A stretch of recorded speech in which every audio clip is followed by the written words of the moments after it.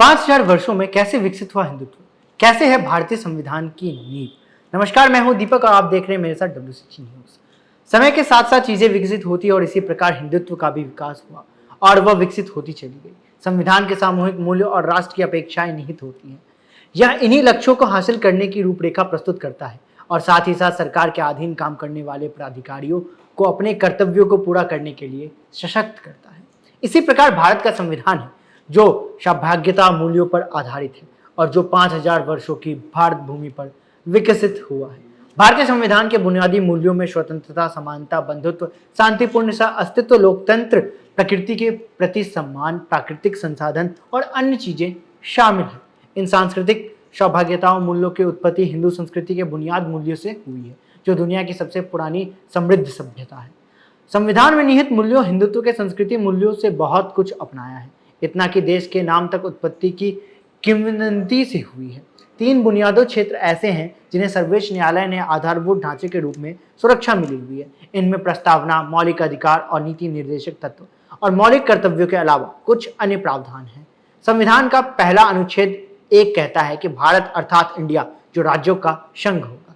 भारत संविधान ने हमारे देश का नाम भारत दिया है, जो कि अपने मुस्लिम पूर्व और अंग्रेज पूर्व, प्री मुस्लिम और प्री ब्रिटिश के गौरवमयी इतिहास का संकेत है।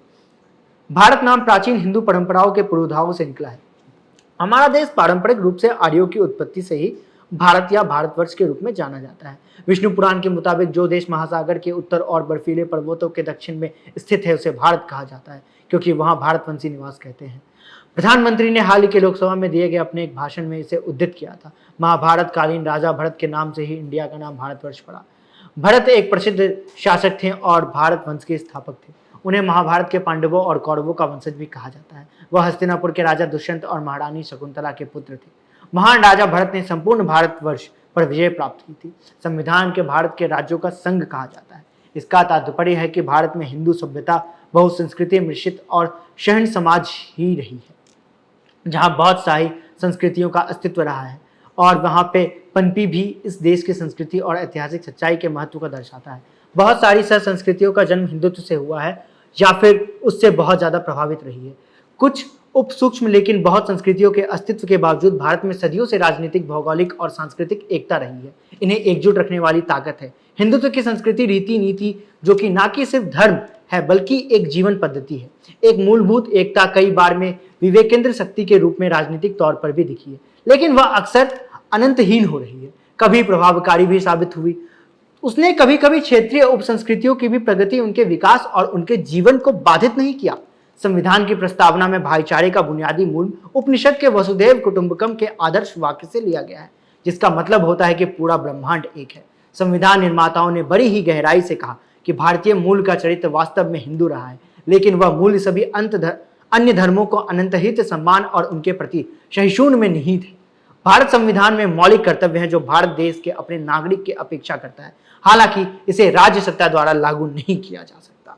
संविधान का भाग 4 का खंड क और अनुच्छेद 51 क भारत के सभी लोगों को समान भ्रातृत्व यानी कि भाईचारा निर्माण करने, उत्कृष्टता के लिए प्रयास करने और पर्यावरण की रक्षा करने की बात करता है।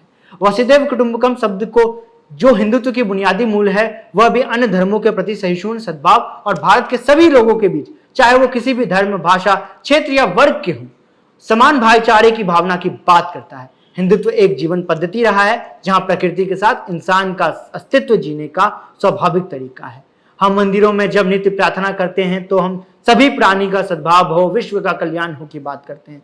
संविधान का अनुच्छेद 51 को देश के हर एक नागरिक से कहता है कि प्राकृतिक पर्यावरण, जिसके अंतर्गत वन, झील, नदी और वन्य जीवन है, उनकी रक्षा, उसका संवर्धन तथा प्राणी मात्र के प्रति दयाभाव रखना मौलिक कर्तव्य है। जीवन की हिंदू पद्धति ना सिर्फ इंसान बल्कि जानवरों का सम्मान की भी बात करती है। भारतीय हिंदू समाज में वैदिक युग से ही गाय की पूजा होती रही है और उनका एक माँ के रूप में सम्मान किया जाता है। गाय की पूजा हिंदू संस्कृति का अभिन्न हिस्सा है। हिंदू गाय को अपने परिवार का हिस्सा मानते हैं और कई सारे ऐसे सांस्कृतिक और धार्मिक त्योहार हैं जो गायों व उनकी पूजा पर केंद्रित हैं। राज्यों के नीति निर्देशक तत्वों में भी गायों के महत्व का उल्लेख है। यह नीति निर्देशक तत्व के राज्य को कानून बनाने के लिए मार्गदर्शक के रूप में होते हैं।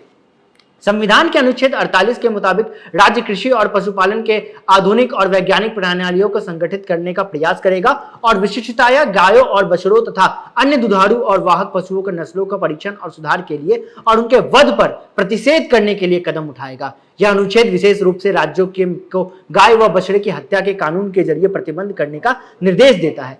इसीलिए महात्मा गांधी के आदर्शों का अनुपालन करते हुए राज्य के नीति निर्देशक तत्व राज्य को एक ऐसे कानून बनाने को कहते हैं कि गाय और बछड़े का वध प्रतिषेध करना के लिए कदम उठाएं। सबसे पुरानी सभ्यता हिंदुत्व की अपनी एक भाषा भी है और वह है संस्कृत। संस्कृत एक ऐसी भाषा है जिसने हिंदुत्व का एक डोर में बांध रखने का काम किया है। उसे भगवान की भाषा भी कहा जाता है। वेद, रामायण, भगवत गीता, महाभारत और योग सूत्र इत्यादि सभी संस्कृत भाषा में लिखे गए हैं या संकलित किए गए हैं। संविधान का अनुच्छेद 343 और 351 के तहत हिंदी को भारत की राजभाषा के रूप में स्वीकारा गया है और राज्यों को निर्देशित किया गया है कि हिंदी भाषा का प्रसार करे और उसका विकास करे, जिसमें वह भारत की सामाजिक संस्कृति सभी तत्वों के अभिव्यक्ति का माध्यम बन सके और उसकी प्रकृति में हस्तक्षेप किए बिना हिंदुस्तान में 8वीं अनुसूची में विनिश्चित भारत की अन्य भाषाओं के प्रयुक्त रूप में शैली और पदों का आत्मरस करते हुए जहां आवश्यक या वंशहीन हो उसे शब्द भंडारण के लिए मुख्यतः संस्कृत और गौणक अन्य भाषाओं से शब्द ग्रहण करके हुए उसकी समृद्धि सुनिश्चित करे। यह स्पष्ट तौर पर राज्यों को आदेश देता है कि वह जोड़ने वाली यानी कि एकीकृत करने वाली भाषा हिंदी का प्रचार प्रसार करे, जिसके शब्द भंडार मुख्यतः संस्कृत से है। हिंदुत्व एक ऐसा धर्म है जो हमेशा विकसित हो रहा है। कुछ समय ऐसा भी आया जब चोरी छुपे इसे विकसित करने की चेष्टा हुई और इसके लिए संविधान संशोधन का सहारा लिया गया। उदाहरण के तौर पर अस्पष्टता को लेकर अनुच्छेद 17 के जरिए समाप्त करने की कोशिश की गई, जबकि वास्तव में यह अनुच्छेद अस्पष्टता के सभी रूपों और प्रथाओं को समाप्त करता है। ये थी हमारी अनुच्छेद और आर्टिकल्स को लेकर संविधान क्या कहता है। आशा करते हैं कि हमारी ये वीडियो आपको पसंद आएगी। देखते रहे, बने रहे हमारे साथ।